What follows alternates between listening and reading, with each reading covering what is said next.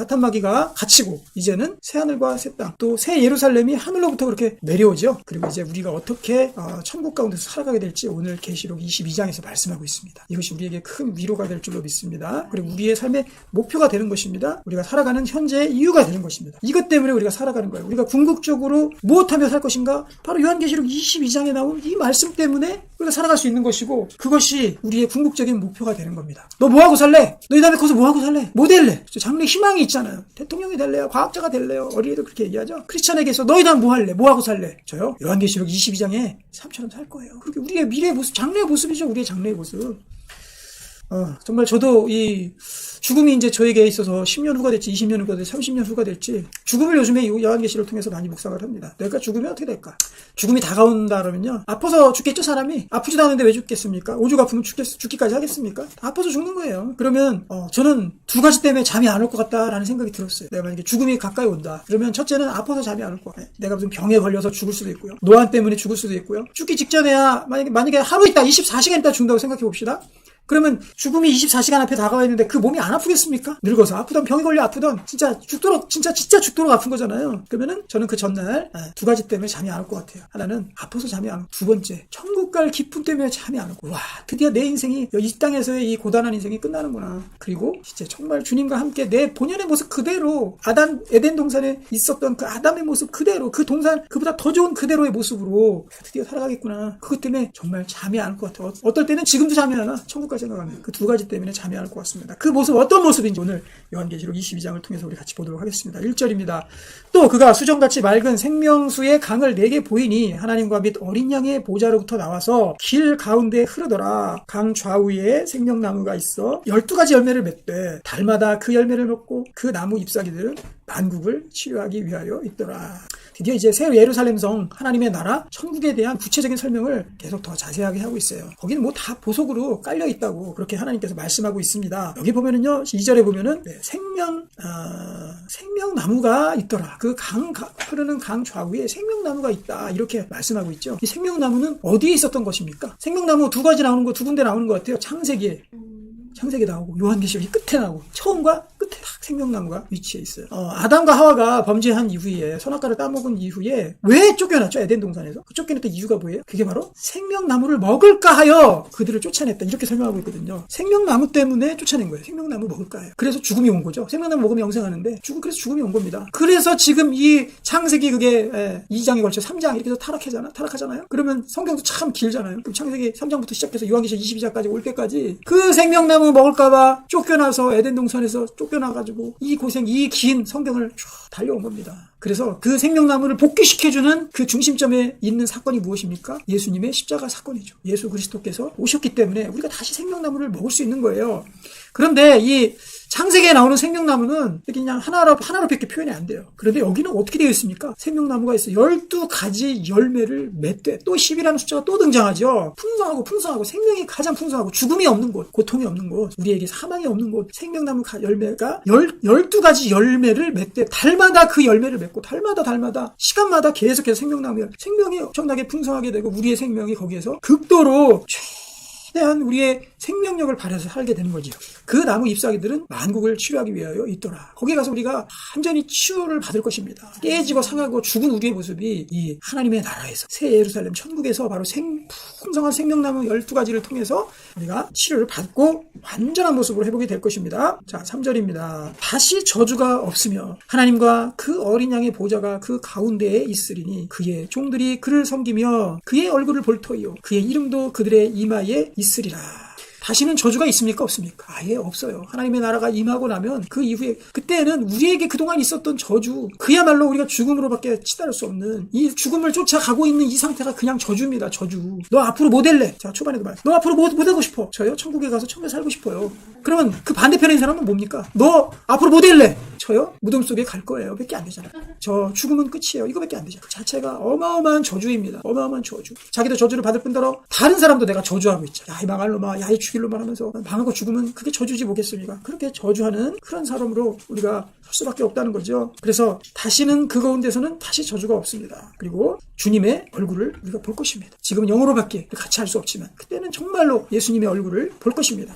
5절 다시 밤이 없겠고 등불과 햇빛이 쓸데없으니 이는 주 하나님이 그들에게 빛이심이라 그들이 세세토록 왕노릇하리로다. 천년왕국에서는 어떻게 됐습니까? 여기서도 천년왕국이 무엇인지 명확히 나오죠. 천년왕국 때는 왕노릇이 얼마 동안 왕노릇이라고 했어요? 1000년 동안 왕노릇한다고 되어 있잖아요. 그렇죠? 거기는 한정적입니다. 그래서 이 천년이라는 것은 우리가 천국이 예수님이 재림하고 나서 사탄이 갇히고 천국이 오고 나서 그 천년 동안 왕노릇했다가 사탄이 다시 풀렸다가 다시 세세토록 왕노릇한다, 이것이 아니라 그랬죠. 그거 어울리지 않습니다. 천년 동안 왕노릇한다는 것은 바로 이 땅, 이곳에서 우리가 예수님의 사람으로서 또 하나님의 자녀로서 왕같은 신분의 우리가 제사장이 된다 그랬잖아요. 그 모습으로 우리가 천년 동안 왕노릇하고 이제 요한계시록 22장에 있는 이 천국에서의 왕노릇은 시간은 어떻습니까? 여기 보면 천년이 아니라 세세토록 왕노릇하리라 이렇게 되어 있잖아요. 이거는 영원입니다.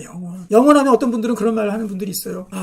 저는요 천국 가면 다 좋은데요 영원토록 살면은요 너무 뭐하고 살지 심심할 것 같아요. 어떻게 계속 영원토록 살지요? 그것은 이 땅에서 우리가 타락을 했기 때문에, 영원히 끊겨버렸기 때문에 함부로 영원이라는 것을 우리의 삶에 연결할 수가 없는 겁니다. 그거에 대한 해답도 제가 드렸습니다.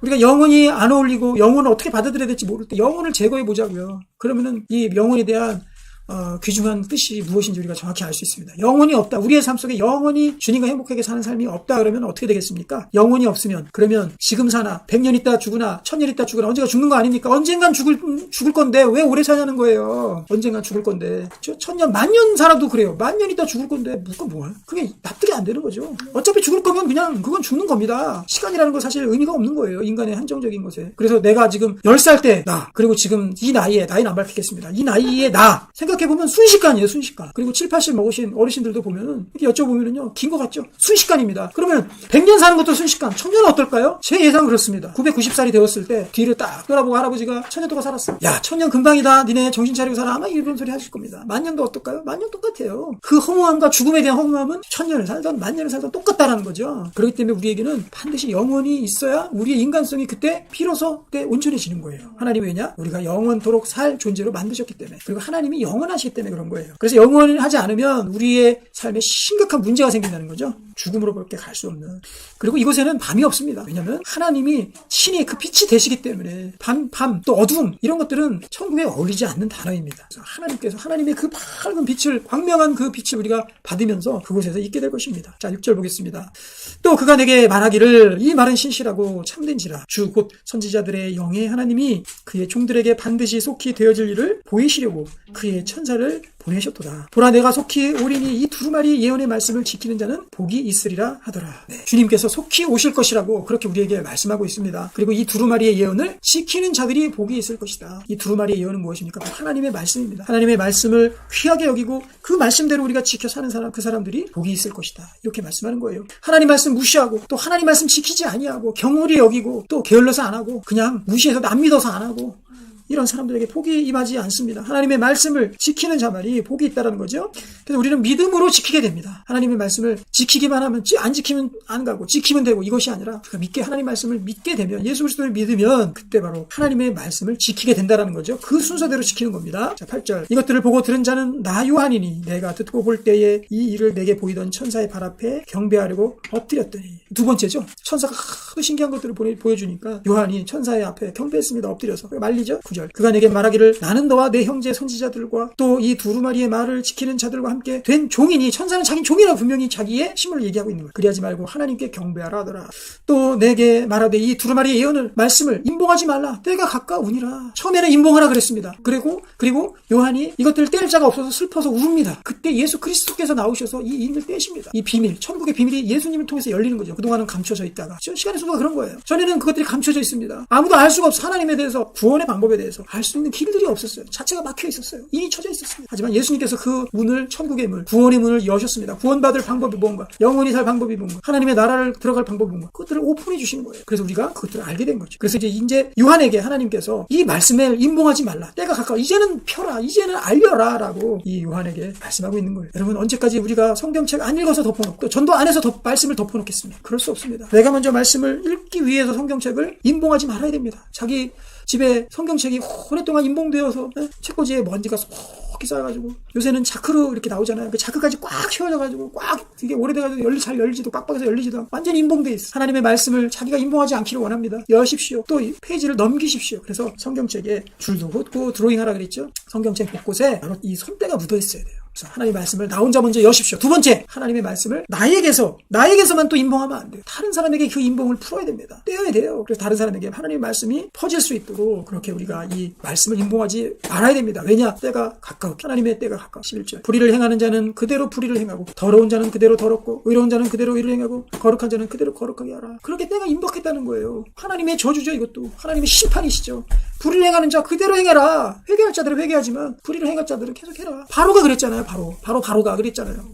하나님께서 그렇게 10가지 재앙으로 있는데 그 불의를 그치지 않았습니다. 계속 했습니다. 목이 뻣뻣하고 고집이 세고 그리고 자기 의를 붙들고 사는 사람의 특징입니다. 그런 사람들에게 하나님의 심판이 있을 거라는 것을 11절에서 불의를 행한 자는 그대로 행하라고 그렇게 말씀하고 있는 거예요. 하지만 의를 행하는 자는 의를 행하고 거룩한 자는 그대로 우리가 거의 계속해서 해나가야 됩니다. 멈추지 마십시오. 하나님 말씀 한 번 들었을 때 그때뿐이 은혜가 없어. 그때뿐이야. 이렇게 하면 안 됩니다. 우리가 밥을 먹으면 밥 먹은 것도 그때뿐이지 한 번 먹으면 계속 갑니까 그게? 네, 그런 거 개발하면은 대박 나겠죠. 그리고 우리가 이빨 양치질 하지 않습니까? 양치질 하면서 나 그런 얘기하는 사람 본 적이 없어. 닦으면 그때뿐이야. 또 냄새나. 네, 그런 얘기 하는 사람 본 적이 없어. 그리고 목욕탕 가서 때 밀고 나면 그때뿐이야. 좀 때가 안 생겼으면 좋겠다. 그런 얘기 하는 사람 본 적이 없어요. 그런데 하나님의 은혜를 받으면 그때뿐이야. 이건 얘기 되겠습니까? 그래서 우리가 매일 하는 거죠. 하나님께서는 우리 구약시대에 하나님의 제사를 주야로 번제를 드리라고 했습니다. 그리고 매일매일 주야로 드리라고 했고, 그리고 안식일마다 드리라고 했고, 그리고 3절기마다 드리라고 했고, 또 월초마다 드리라고 했고, 그렇게 계속해서 절기를 정해놓고 하나님께 예배하라고 했어요. 예배와 말씀, 이것은 우리의 양식과도 같습니다. 우리를 더러운 것을 씻어내는 우리 세면하는 일과 깨끗하게 씻어내는 그 일과 똑같습니다. 우리가 이 하나님의 의를 행하고 거룩한 것들을 매일매일 계속해 나가기를 원합니다. 12절. 보라 내가 속히 오리니 내가 줄 상이 내게 있어. 각 사람에게 그가 행한 대로 갚아주리라. 분명히 하나님께서는 우리가 이 땅에서 했던 수고와 모든 것들, 거기에 대한 보상을 준비하고 상들을 잔뜩 준비하고 계십니다. 우리 운동회 해결 체육대회 같은 거 하고 나면 거기 시상식에 상들 막 경품 막 준비해 놓잖아요. 그거 하나 탈라고 집에도 안 가고 계속 번호표 뽑고 그러는데 하나님께서는 천국에서도 이 비교할 수 없는 상을 우리를 위해서 그 보상을 준비하고 계세요. 그래서 우리가 행한 대로 다 갚아주실 것입니다. 나는 알파 오메가여 처음과 마지막이요 시작과 마침이요. 자기의 두루마기를 빠는 자들은 복이 있으니 이는 그들이 생명나무에 나아가며 문들을 통하여 성에 들어갈 권세를 받으려 함이로다. 두루마기를 빤다. 이 세탁소 얘기가 나옵니다. 자기 옷을 빠르라는 거죠. 자기 옷을 빨아라. 자기 옷을 빠른 자들은 복이 있을 것이다. 자, 옷을 빠는 게 무엇인지 봅시다. 요한계시록 7장 14절에 나옵니다. 내가 말하기를 내 주여 당신이 아시나이다 하니 그가 나에게 이르되 이는 큰 환난에서 나오는 자들인데 어린 양의 피에 그 옷을 씻어 희게 하였다. 이렇게 되어 있죠. 피를 씻었는데 휘어져. 피가 묻으면은 유한락스 제가 그 락스의 그 용법에 대해서 제가 며칠 전에 봤는데 식기를 락스에 닦아도 되나 안 닦도 되나 그걸 찾아보려고 설명서도 보고 그랬는데요. 과일 야채 같은 것도 보니까 락스를 이렇게 닦아내라고 이렇게 돼 있긴 하더라고요. 저도 찝찝해서 잘 못하겠지만 그래서 칼, 도마 이런 것들 다 씻어낼 수 있어요. 거기 있더라고요. 피 묻은데 락스를 사용하면 빠진다 이렇게 돼 있더라고요. 그런데 어린 양의 피에 옷을 씻으면요 쉬게 됩니다. 무엇으로부터? 우리의 시커먼 죄로부터 우리가 쉬게 되어 있어요. 그래서 자기 두루마리를 빠는 자들이라는 사람, 이 말씀은 무엇이냐? 바로 예수 그리스도의 피로 우리가 다 젖어드는 거예요. 우리의 옷을 빠는 겁니다. 우리의 행위를 빠는 거예요. 우리 자체를 깨끗하게 우리의 모든 죄들을 정결하게 빼는 유한락스보다 몇천 배 강한 이 하나님 예수 그리스도의 피로 우리의 옷들을 우리의 죄들을 빨기를 원합니다. 그런 사람이 처음에 쫓겨났던 그 생명나무에 나아간다는 거예요. 그 에덴 동산에서 쫓겨났던 그 생명나무에 나아가는 권세를 받을 것이다. 또 성에 들어갈 권세, 새 예루살렘 성이라 그랬죠. 그 육면체, 큐빅과 똑같이 생긴 그 성, 완전한 하나님의 나라에 들어갈 그 권세를 받는 것이 무엇이냐? 바로 우리의 두루마기를 예수님의 피에 주님을 받아들이는 거. 그 반대로 어떤 사람들이 있나 봅시다. 15절. 개들과. 이 개들은 성경에서 개를 좋은 쪽으로 표현한 거 하나도 없습니다. 우리나라랑 웃깁니까? 우리나라랑 이 이스라엘에 닮은 점들이 꽤 있어요. 쌍둥이 그 첫째도 정하는 것도 그렇고 그리고 개도 좋은 쪽으로 쓴 건 하나도 없습니다. 개들과 안 믿는 사람들이죠. 하나님 거부하는 점술가들. 점 보면 안 됩니다. 점 보면 그 점이라는 그 행위 자체가 악의 행위예요. 악한 영의 행위입니다. 절대 하나님과 하나가 될 수 없어요. 또 하나 경계하는 거 음행. 요한계시록 전체를 통해서 이 음행에 대해서 얼마나 우리에게 여러 차례 말씀하고 있어요. 그렇죠? 이 음행으로부터 음력까지 등장시키면서 음행을 경계하잖아요. 경고하고 우리가 이 음행에 빠져서는 안 됩니다. 살인자들과 우상 숭배자들과 및 거짓말을 좋아내며 지어내는 자는 다 성 밖에 있으리. 성 밖에 어딥니까? 성 밖이면 좋게. 성 밖에 놀러 나와서 더 좋게. 그 성 밖이 아니죠. 바로 천국의 밖이죠. 하나님의 예루살렘 성 밖. 거기는 어디예요? 하나님의 심판대죠. 심판의 그 형벌이 있는 불못과 유황이 있는 그 심판의 곳이 바로 성 밖이라는 지옥이죠. 지옥. 우리가 이런 일들을 하면은 안 되겠습니다. 예수 믿는 자와 안 믿는 자는 여기 행위만 기록이 되어 있는데, 그러면 믿음으로 구원 얻는 거 아닙니까? 이 행위하고 상관이 있는 겁니까? 그런데 정확히 일치되는 것이 무엇이냐? 바로 믿음의 결과와 이 행위가 바로 반대되는 거예요. 믿게 되면 이 행위를 할 수가 없습니다. 그렇기 때문에 행위로 대신 표현해도 충분한 거예요. 점술하는 거, 음행하는 거, 살인하는 거, 우상숭배하는 거, 거짓말을 좋아하며 지어내는 거. 죄다 거짓말입니다. 세상에서는. 자기 이득만 있으면, 걸리지만 않고 또 범법만 안 된다 그러면, 걸리지만 않는다면 보장만 있으면 무조건 거짓말합니다. 자기 유익을 위해서. 자, 그것이 바로 불신앙의 결과라는 거죠. 자, 16절입니다. 나 예수는 교회들을 위하여 내 사자를 보내어 이것들을 너희에게 증언하게 하였노라. 나는 다윗의 뿌리요 자손이니 곧 영광한 새벽별이라 하시더라. 17절 성령과 신부가 말씀하시기를 오라 하시는 곧 듣는 자도 오라 할 것이요 목마른 자도 올 것이요 또 원하는 자는 값없이 생명수를 받으라 하시더라. 물 공짜로 나눠주는 데 있습니까? 마라톤 대회에서 물 공짜로 나눠주더라고요. 수련회 가면 뭐 나눠주고 그러면은 목마른 데 와서 마시라고 물 쫙 깔아놓고 하나씩 받아가잖아요. 저는 이 복음이라는 것과 공짜로 나눠주는 생수하고 다를 게 하나도 없을 만큼 복음은 공짜예요. 원하게 된 사람은 무조건 값없이 쉽게 아무런 대가 없이 자기가 선물로 그냥 받을 수 있는 것이 복음입니다. 여기 돼 있잖아요. 원하는 자는 값없이 누구든지 다 목마른 자 듣는 자 듣기만 했어 와라 듣는 자 목마른 자 와라 원하는 자 와. 그런데 사람들은 원하지 않아. 나의 영생을 원하지 않아. 나의 부활을 원하지 않아. 나의 죽음을 막는 거 그거 원하지 않아. 나 그냥 죽게 원해. 그리고 듣지도 않아. 듣는 자 와라. 목마른데 이제는 이미 죽었기 때문에 이제 목마른지도 몰라. 옛날에 영이 다 죽어가지고 목마른지도 몰라. 뭐가 진리인지 진리가 주는 기쁨도 모르고 뭐가 하나님인지 뭐가 기준인지 생각도 없이 이 세상의 기준도 없는데 뭐라 살아갑니까? 인간이 정한 기준이 기준입니까? 그건 기준이 될 수 없습니다. 제3자가 우리 인간을 위해서 기준을 정해줘야 그것이 진정한 도덕의 기준이 되는 겁니다. 목마르지도 않고 듣지도 않고 원하지도 않고 생명수는 값이 없는데 예수 그리스도의 구원의 길은 값을 지불하지 않아요. 믿음으로 구원 얻는 겁니다. 곧 너희들 행위로 난 것이 아니니 곧 하나님의 선물이라고 말씀하잖아요. 제발 마라톤 뛸 때 그냥 가져갈 수 있는 그냥 테이블에서 그냥 취할 수 있는 그 생수 제발 좀 가져가십시오. 제발 좀 가져가. 판에 깔아놓고 제발 좀 가져가세요. 안 가져가요. 저 목이 안 말라요. 안 가져가요. 원하지 않아요.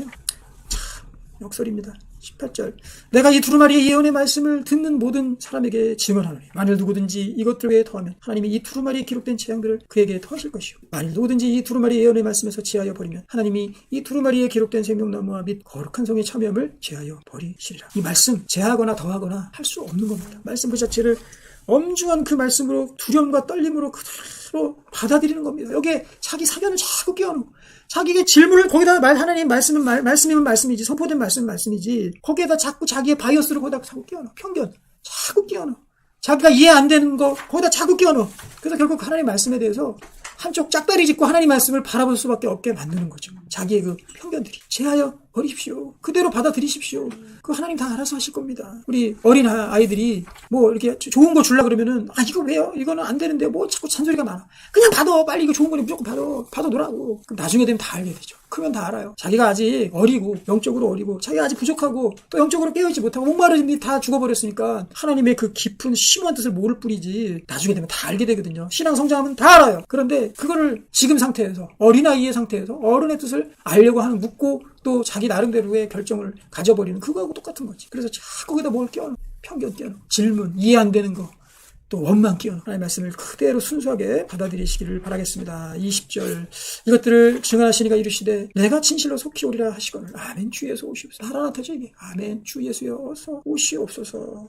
21절 주 예수의 은혜가 모든 자들에게 있을지어다. 아멘.